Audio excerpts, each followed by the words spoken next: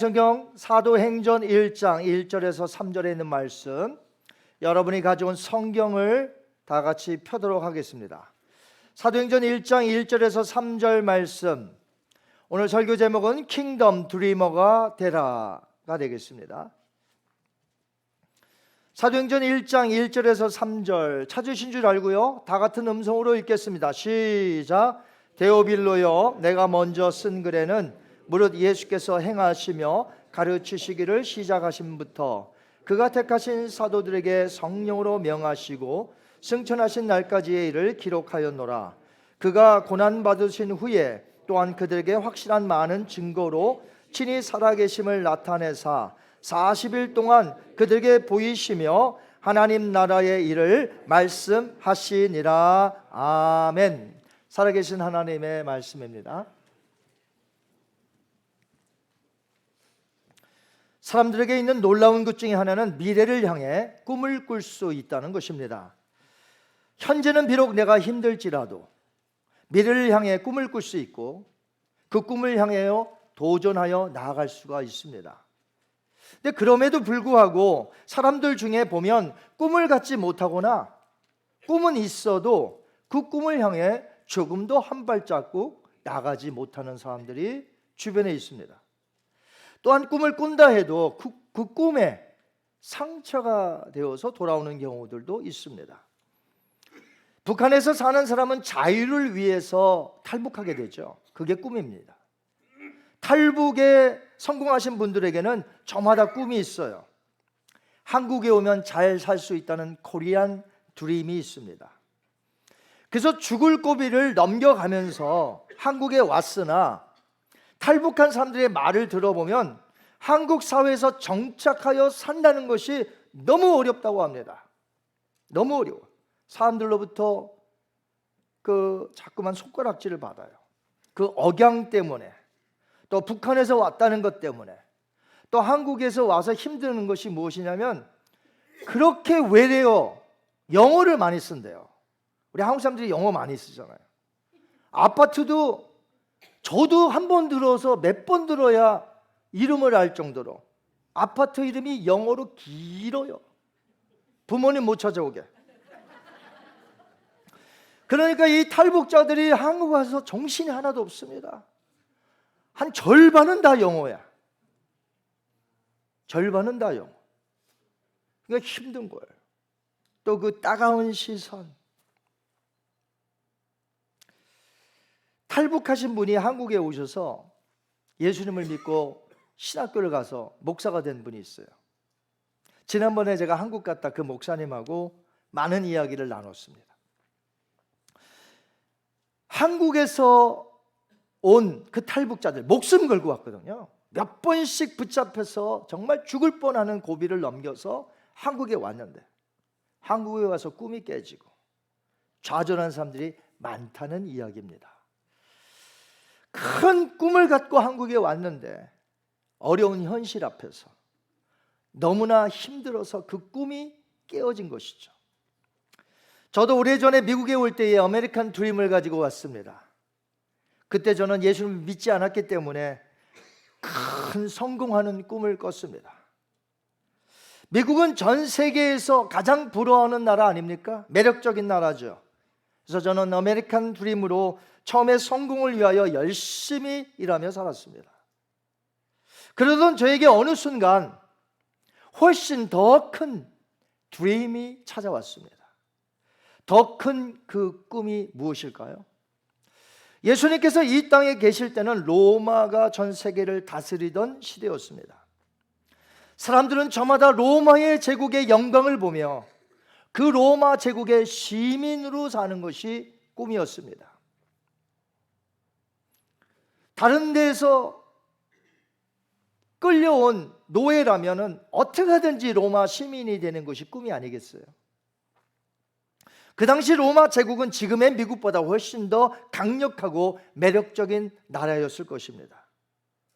로마 제국 아래에서 시민으로 산다는 것은 매우 프라우드한 일이었어요.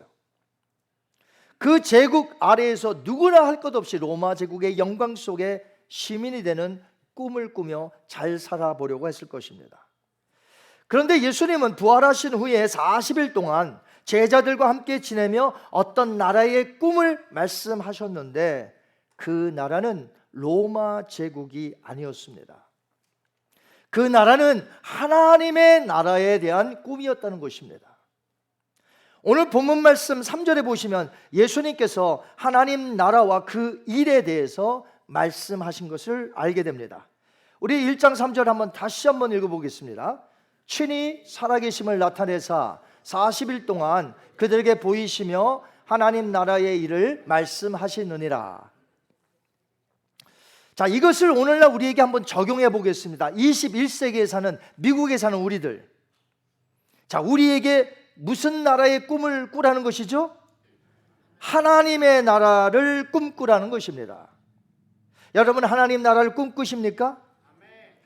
자, 예수님은 제자들에게 로마 제국에서 잘 먹고 잘 사는 그런 일에, 그런 꿈을 꾸라고 하지 않으셨습니다. 온전히 하나님의 나라에 대한 꿈을 꾸라고 하셨습니다. 하나님의 나라는요, 성경에서 매우 중요한 주제가 되며 예수님의 가르침의 핵심 교훈이었다는 것입니다. 예수님보다 몇 개월 미리 전에 와서 준비하였던 사람이 있죠. 세례 요한, John the Baptist. 그 사람의 첫 번째 외침이 뭔지 아세요?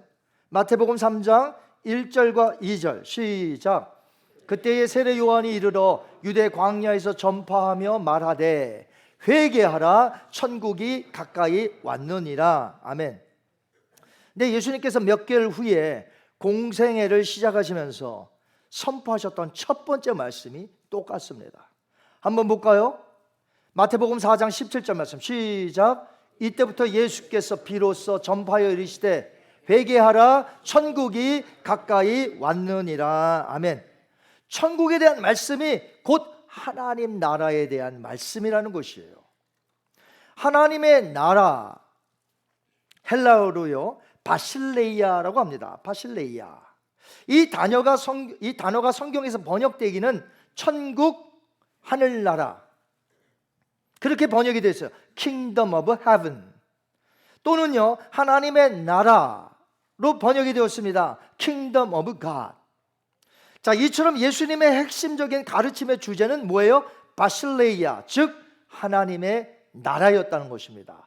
우리 헬라어 공부하는 의미로 한번 따라하세요. 바실레이아.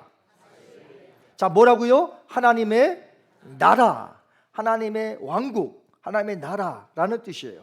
자, 사복음서에 보시면 예수님께서 이 바실레이라는 말을 무려 72회 사용하셨습니다.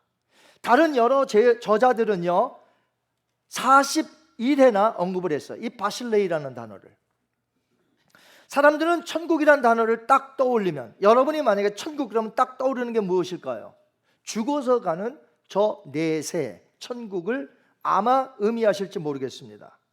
그러나 예수님께서 이 바실레이라는 단어를 사용하실 때에는 현세와 그리고 내세 다 같이 동일하게 사용하셨다는 것입니다. 왜 현재와 내세에 동일한 단어를 사용하셨는가 하면 하나님 나라에서 가장 중요한 것이 뭐냐면 하나님의 통치이기 때문에 그렇습니다. 자, 우리가 저 내세에 가면 누구의 통치를 받고 살까요? 하나님. 믿으세요? 네. 자, 지금은 그 하나님 나라에 들어가면 누구의 통치를 받고 살죠? 하나님. 그래서 우리 예수님 믿는 사람들은 내 마음대로 사는 게 아니에요. 다 누구의 뜻을 따라 살아야 돼요? 하나님의 뜻. 하나님의 주권적으로 다스리시는 그 통치 아래서 하나님의 뜻을 이루며 사는 것이에요.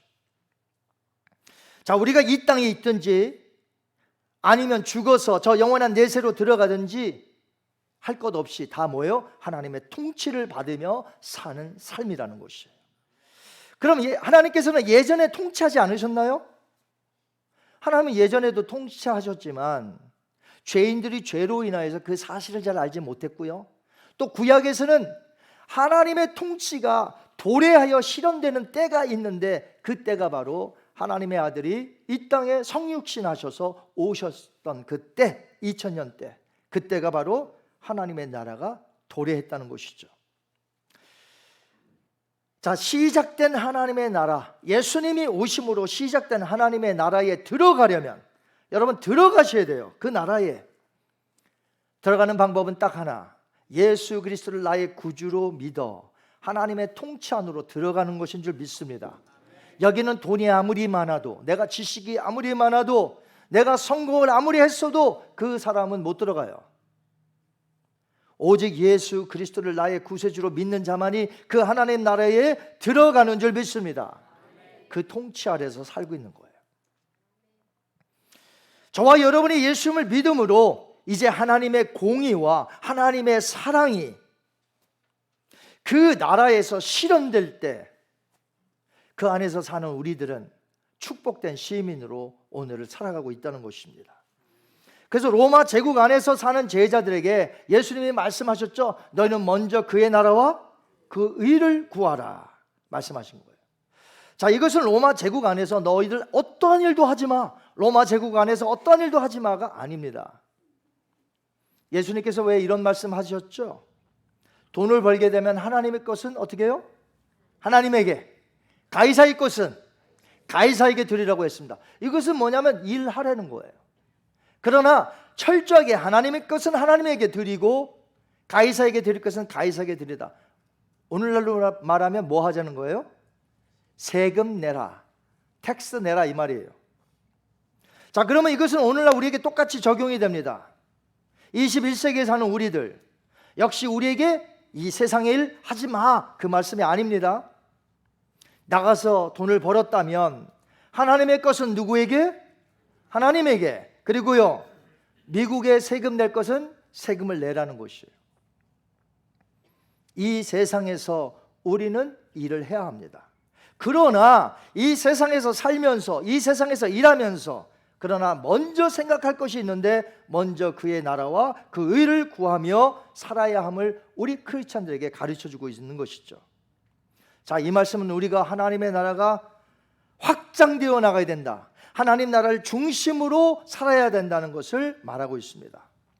그래서 우리가 이 땅에 살면서 가져야 할 드림은 코리안 드림도 아닙니다. 참 살다 보니까 그런 날도 있어요. 세계적으로 코리아가 유명해졌어요.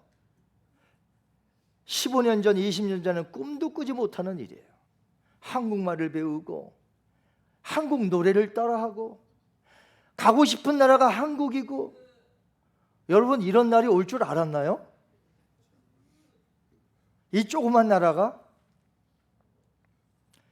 지금도 많은 사람들이 코리안 드림을 꿈꾸고 있습니다. 탈북자뿐만 아니에요. 수많은 사람들이 아메리칸 드림을 꿈꾸고 있습니다. 그러나 우리는 그런 드림이 아니라 하나님께서 주시는 하나님의 나라의 꿈을 꾸어야 될 줄 믿습니다. 제가 오래전에 미국에 왔을 때 아메리칸 드림이 있었다고 말씀을 드렸죠. 아마 여러분도 미국에 왔을 때 별 다르지 않을 거예요. 아마 아메리칸 드림을 가지고 왔을 것입니다.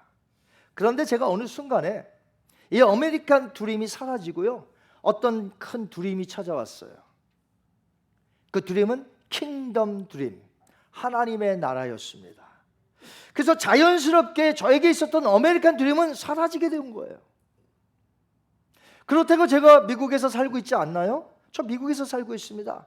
열심히 살아가는 목사 중 한 사람입니다. 그러나 저로 미국에서 살게 하는 원동력은 더 이상 아메리칸 드림이 아니라 킹덤 드림이 저의 삶의 원동력이 되어 오늘을 살아가게 만든다는 것이에요. 이제는 아메리칸 드리머가 아니라 킹덤 드리머로 산다는 것이죠. 여러분 어떻습니까? 킹덤 드리머이신가요? 예수님은 부활하신 후에 40일이 될 때에 제자들이 보는 앞에서 승천하셔서 하나님 보좌 우편에 가셔야 했습니다. 떠나셔야 오순절날 성령이 오시기 때문에 그렇습니다. 그래서 예수님은 집중적으로 인텐시브 코스처럼 40일 동안 제자들에게 집중적으로 하나님의 나라에 대해서 가르쳤던 것입니다. 여러분은 하나님이 그 아들을 보내셔서 하나님의 나라가 어떤 것인지를 깨닫게 해주셨는데 그 예수님이 가르쳐 주셨던 이 원대한 하나님 나라의 꿈을 가지고 계신가요? 여러분은 지금 어떤 상태인가요? 꿈을 가지셨나요? 하나님 나라의 그 원대한 꿈을? 좀 궁금해요. 한번 묻고 싶어요. 여러분 중에 다 이 원대한 하나님의 나라의 꿈을 가지고 있는지. 몇 년 전 한국 국회에서 시각 장애인인 국회의원이 연설을 했을 때 여야 맨날 싸우거든요. 그런데 여야가 한꺼번에 박수를 쳤던 기적과 같은 일이 한국 국회에서 있었던 적이 있습니다.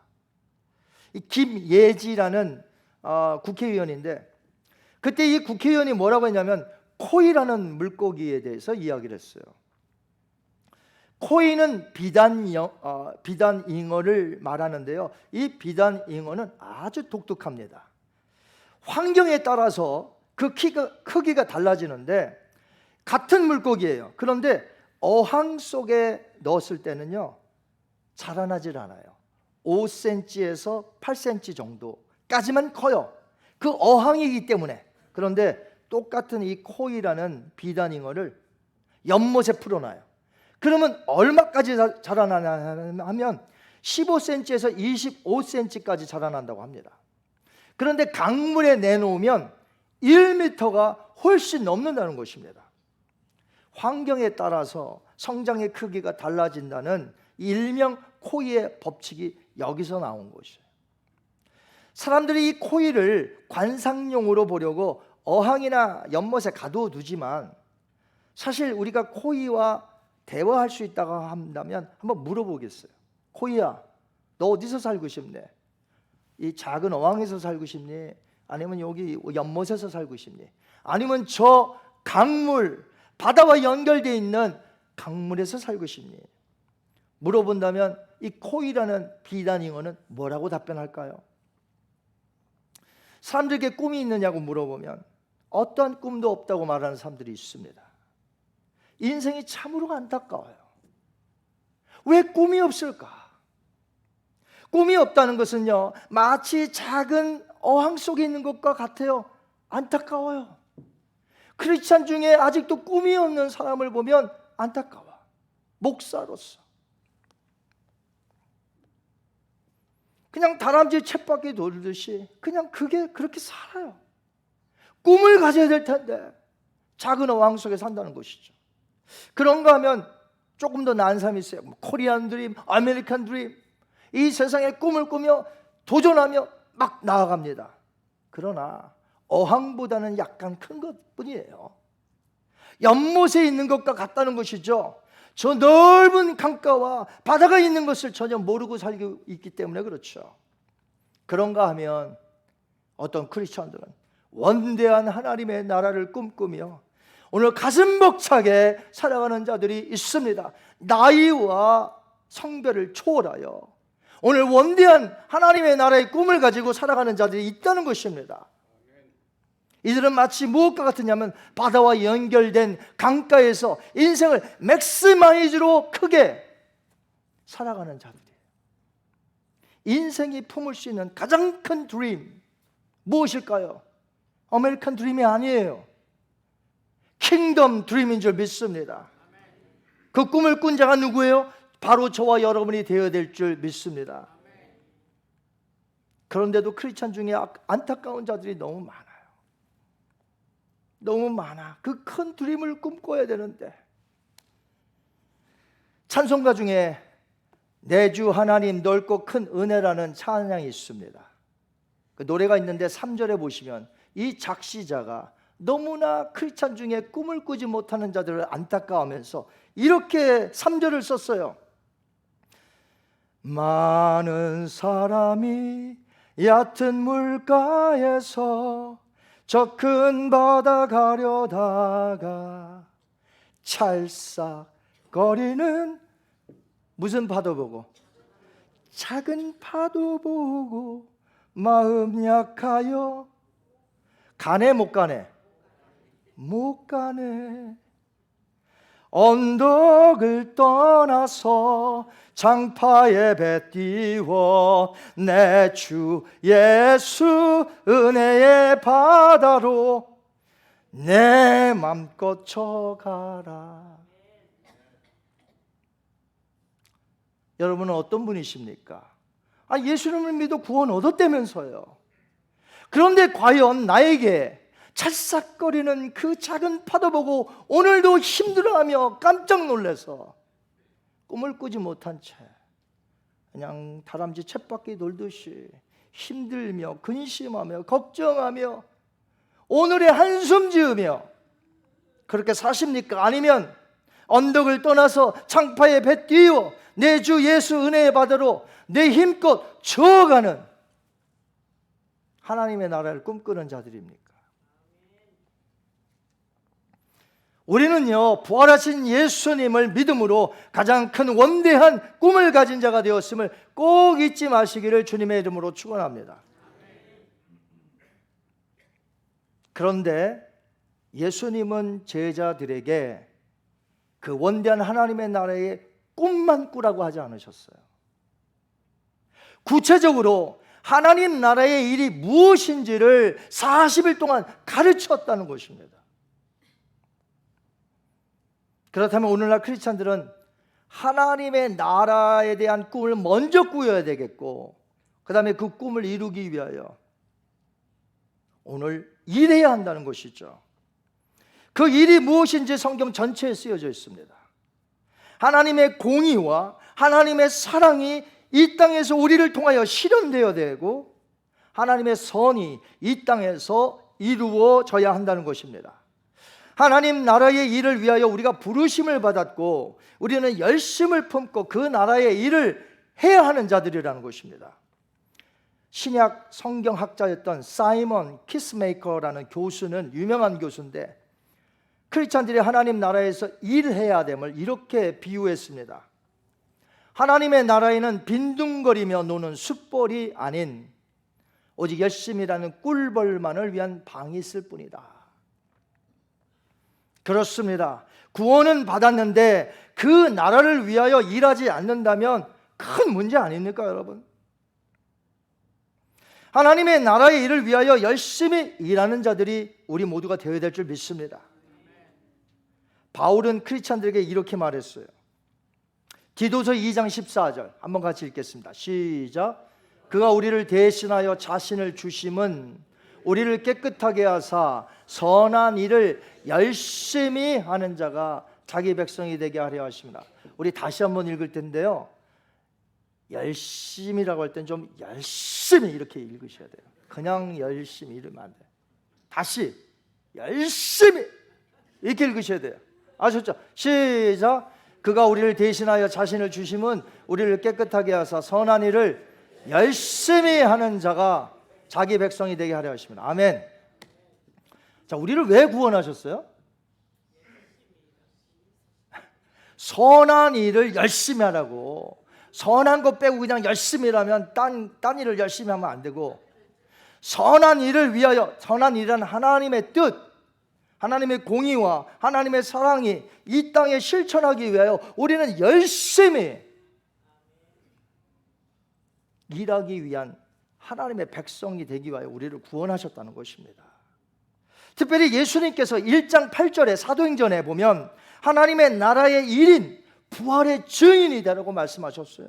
오직 성령이 너에게 임하시면 너에게 권능을 받고 예루살렘과 온 유대와 사마리아와 그 다음에요 땅끝까지 이르러 내 증인이 되라. 우리는 세계를 가슴에 품고 선한 일을 열심히 하는 자들이 되어야 될 줄 믿습니다. 제가 집집마다 숙제를 내줬죠. 벽에다가 뭐 붙이라고? 세계 지도 좀 사서 붙이세요. 세계 지도. 그 세계 지도를 가슴에 품고 기도하면서, 우리 선교사님이 여기 있지? 세계 선교 가슴에 품고 선한 일을 열심히 하는 자들이 되어야 될 줄 믿습니다. 열방이 주님께로 돌아오는 그 날을 바라보면서 우리가 가진 역량을 다 쏟아붓는 것이에요. 나의 생명, 시간, 건강, 은사, 달란트, 물질, 그의 나라를 위하여 먼저 사용되어져야 한다는 것입니다. 바울도 예수님을 만난 후에 그가 소중하게 여겼던 세상 꿈들이 있었을 거 아닙니까? 예수님 만나기 전에 그 꿈 다 버렸습니다. 왜요? 예수 그리스도 때문에. 한번 볼까요? 빌립보서 3장 8절. 더 큰 꿈을 가졌다는 거예요. 시작. 모든 것을 해로 여김은 내 주 그리스도 예수를 아는 지식이 가장 고상하기 때문이라. 내가 그를 위하여 모든 것을 잃어버리고 배설물로 여김은 그리스도를 얻음이라. 하나님의 나라를 얻음이라. 하나님의 나라의 일을 얻으니까 로마 제국의 꿈, 유대 종교의 높은 곳에 올라가려는 그 야망, 이런 것들 다 버렸다는 것이죠. 예수 그리스도로 인하여 시작된 하나님의 나라는 우리를 통하여 이 땅에서 확장되어질 것이며, 예수님의 재림이 이루어지는 그때에 이 하나님의 나라는 완전히 완성될 줄 믿습니다. 그래서 궁극적으로 믿는 자들은 예수님 오시는 날을 마라나타 하면서 바라봐야 되는 것이에요. 왜냐하면 하나님 나라가 완성되는 때가 그때거든요. 그렇게 우리 모두 은혜의 저 큰 바다로 나아가시기 바랍니다. 모두 킹덤 드리머가 되시기 바랍니다. 그리고 하나님의 일을 어떻게 해요? 선한 일을 열심히 행해야 합니다. 그래야 하나님의 공의와 하나님의 사랑이 그분의 통치 아래서 우리를 통하여 이 땅에 실현되고, 잃어버린 영혼들을 구원하는 이 일에 우리가 매진하여 힘쓸 수 있기 때문이죠. 자, 우리 교회 킹덤 드리머가 되시는 여러분이 되시고, 하나님의 일을 열심히 하는 선한 백성이 되시기를 주님의 이름으로 축원합니다. 눈을 감아 보겠습니다.